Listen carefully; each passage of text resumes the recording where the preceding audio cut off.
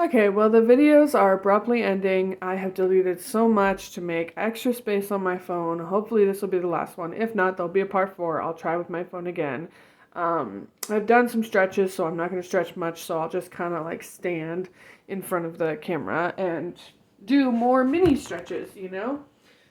So anyway, you know, grieving my breakup back in June, and then that not this year, last year. Grieving my breakup in June, and then finally being over it. Well, not even finally being over it, but semi being okay with it.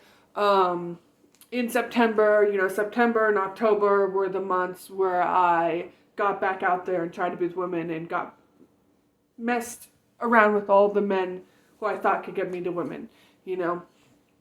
So right after that, literally the morning after I was choked out, I saw the person who I still believe to this day is my soulmate, that next morning. But I was in such shock because I was in so much pain. I didn't know what to say, what to do, right?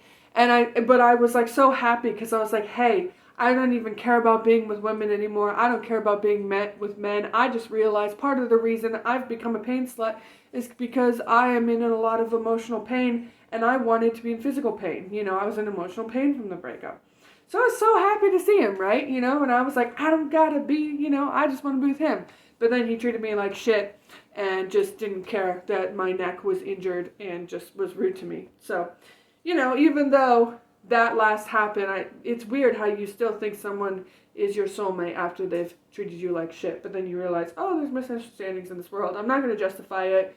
That's, our thing. But anyway, so then after they treated me like shit, I was like, okay, maybe I am supposed to be with women, right? And after having a near-death experience, being alone with myself, nobody checked in on me or anything. I was alone at home. I had to have fire department check on me, make sure I was okay, make sure my neck wasn't swelling, The whole week I was healing. It was vibrating, that's a whole nother story when I will tell you about my near-death experience. The experience will be a separate video, and then what I felt during near-death will be a separate video. But for me, like, the whole week of my whole body just vibrating and healing and being in and out of life itself, my ego died. I was like, I don't give a fuck anymore. I don't have to dress feminine, and I don't want to be with men because the person who choked me was a man. It was a masculine man. And ever since then, my experiences have kind of been like, I just can't, like even with the person, that I had dated, and I was like, oh, I'll be with women. But I was like, oh, okay, he kind of ruined men for me. It's not that my soulmate ruined men for me. It's just that I think that I shouldn't give myself to other men. But then after that experience of him treating me like shit, because the other guy choked me, I realized now not because of him, but because the guy that choked me, I don't want to be physical with any fucking man sexually at all. After being with so many different men that were in that fake dom whatever, like there are some pretty fucked up people out there, and I almost dying definitely has ruined that experience for me. I don't want to give myself. So, maybe I know feminine and women can be dangerous too, but so far my experience has made it so I can't really be super physical and sexual with men as of recent. My feelings are valid. Not going to explain that. That was a whole tangent. See, I'm passionate, I get passionate about things. It's a whole nother experience because I have played with men before, but it wasn't super sexual. Anyway, so I was like, okay, yeah, maybe I should be with men or women, right? So my ego died, and I was like, I'm going to do whatever the fuck I want, So I shaved my head completely. Literally all of the razor and everything, shaved it completely, had a buzz cut. Twice, actually, because I bleached it out first and then I grew it out and then cut it, again, shaved it again because I wanted to see what my head looked like shaved with a bleach, and then I wanted my hair to be all natural, so I shaved it again a month later, and now it's just been all growing natural because I don't want there to be bleach or dyed or anything.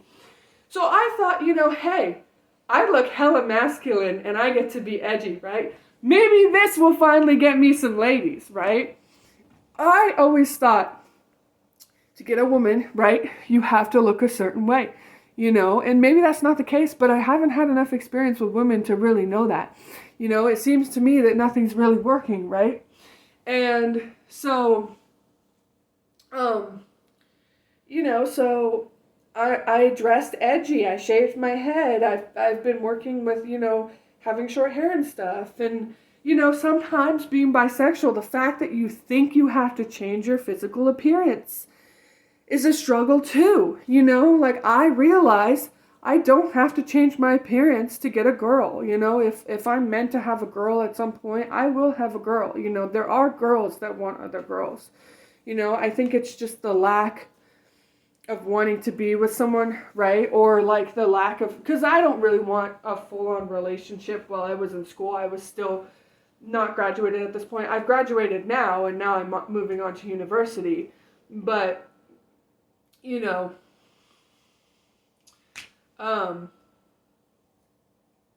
I think I might be okay with a relationship, but I just didn't have time for a relationship. I mean, I did with the person who I thought was my soulmate, still think is my soulmate.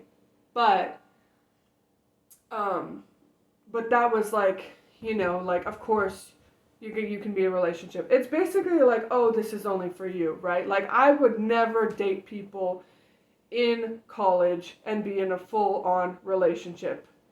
So that one person, changes everything for you. But now that I am on my way to university, I think I could be in a relationship with a woman. I want to see what it's like. I want to see what it's like to be with someone who's more gentle and sweet. And, I want to see. I know there's more, but I don't know what to say because I haven't had enough experience, right? I don't know, what that more is, So that basically, I know I went on a bit of a tangent about me getting hurt there, but that story's so passionate, and that's kind of like a precursor trailer to let you guys know what the next videos are going to be. One of them is going to be my experience as a pain slut and almost dying by being choked, and then the other one, next video after that, will be what I saw during my near-death experience. So I kind of got passionate and gave you guys a little bit of a trailer to that. But anyway, the whole point of this video is the struggles of being bisexual, right? That's my experience, I so wished that I had not been scared and not been afraid to be myself. Like, yeah, I still dress edgy, I don't need, but I still want to present feminine, because that's who I am. I am a woman, I am feminine. That's, and I would like to be, as the time of now, to be with a feminine woman.